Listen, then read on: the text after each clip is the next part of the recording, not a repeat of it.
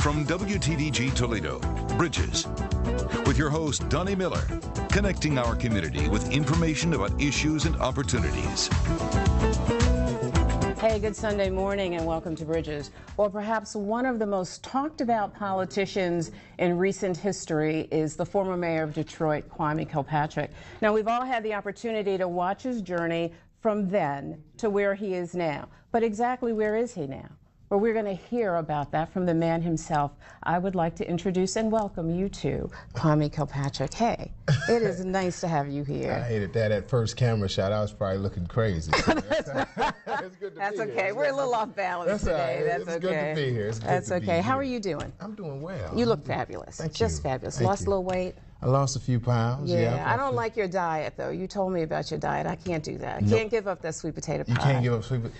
But one day a week, Saturday. One day a week, I can have whatever I want to have. So, I mean, and that's a good day. That's a good day. You can plan on sweet potato pie all week. Tear it up on Saturday.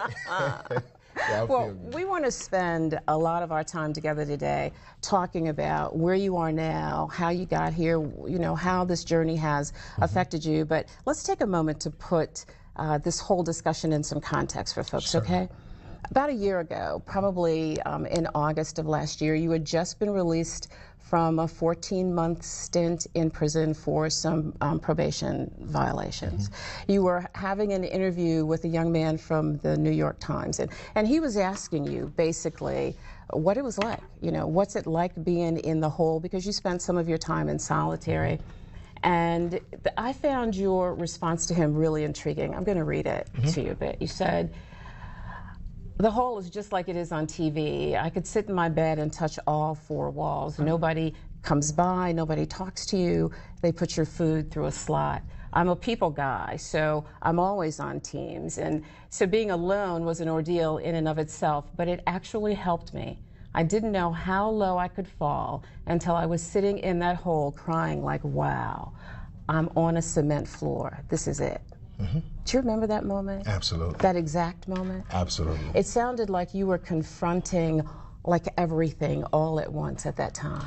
You know, one of the things that I realized in that moment is that I couldn't help myself.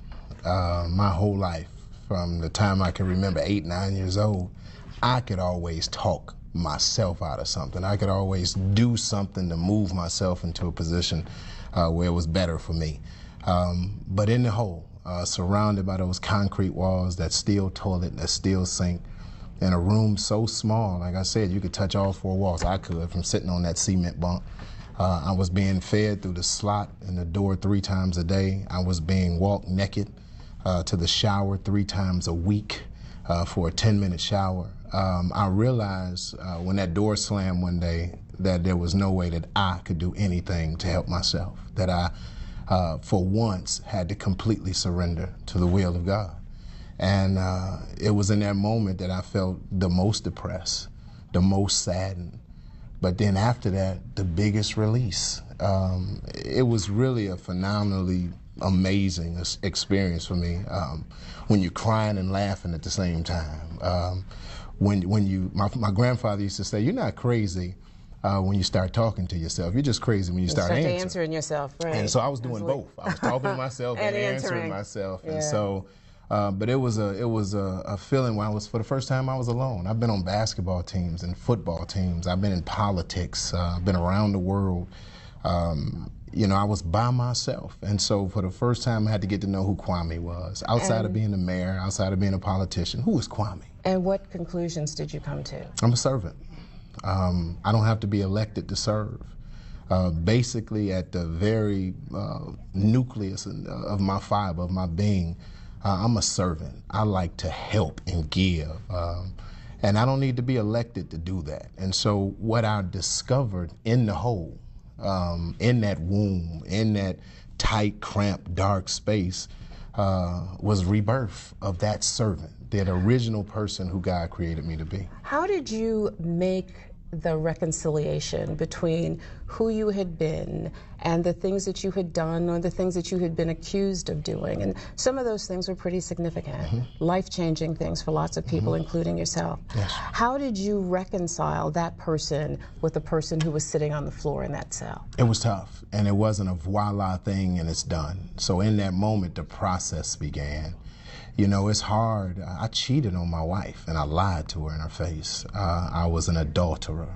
I lied to my city about an affair. I lied on a court stand about an affair. And, you know, it was hard because I felt guilty and condemned by it. I saw the people in the city hurt. I saw my children and the substantial hurting that they had and being followed by cameras and chased down the street. And I saw helicopters flying around our home and pictures of them in every paper around the world. I was in Al Jazeera newspapers with my family, and so it was hard. You know, I don't believe that there was a time in my life that I ever felt like I was horrible.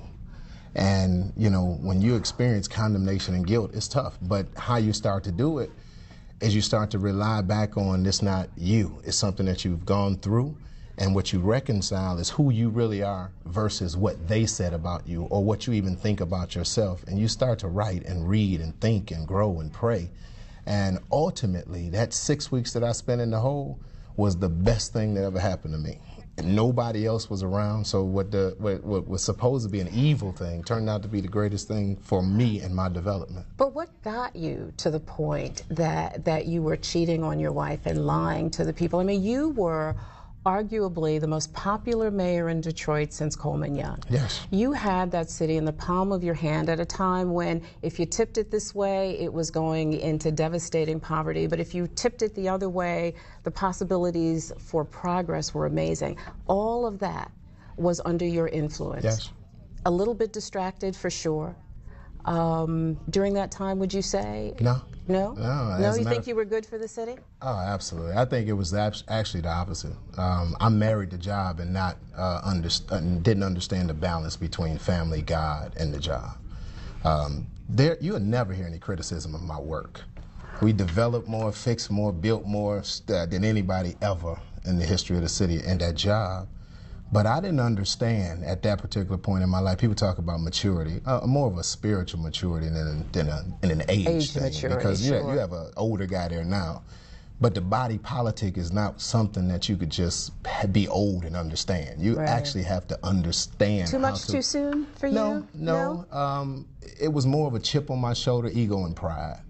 As an athlete, I never want to lose. And from the time that I got the job, I really, you know, watching Coleman Young as a kid, Donnie, he was the symbol of African-American manhood. Absolutely. And I saw him bitterly attacked on 60 Minutes and on the national news programs. And Detroit was the butt of so many jokes when I was growing up. It was this dangerous, horrible place. And when I took office, I said that our future would begin right here and right now. And I was not going to lose. And so shoveling the snow, fixing streets, fixing lights, cutting grass, developing, bringing national events into the city, Major League Baseball games, G8 summits. It was something that I worked on daily. Detroiters know I was out there at 3 in the morning when the snowplow trucks. But clearly your personal life overshadowed all of those great things. Well, let me just finish, Donnie, because I think this is important, especially for men listening. It's important because people try not to relate one to the other. It's absolutely related because when I was out there at 3 in the morning or I was out there at 3 in the afternoon, I was not at my son's basketball game. Right. When I was out there, you know, making sure that this park was being built or chasing Home Depot around to build a store, I was breaking a promise to my wife. Most people don't understand this, and I talk about it in my book. I was so depressed during that time. I had a headache every day. I was running myself crazy. I gained 40 pounds. Depression over what? Stress. The stress of the job. That is the tough, outside of the job that President Obama has, I believe the toughest job in politics is mayor of the city of Detroit. Really? The race issues, the incredible poverty, the history of violence, the incredible history of fighting between city and suburb. You know, nationally and internationally being written off. Right. And so you constantly have to cheerlead and market and present Detroit and repackage Detroit in a different way.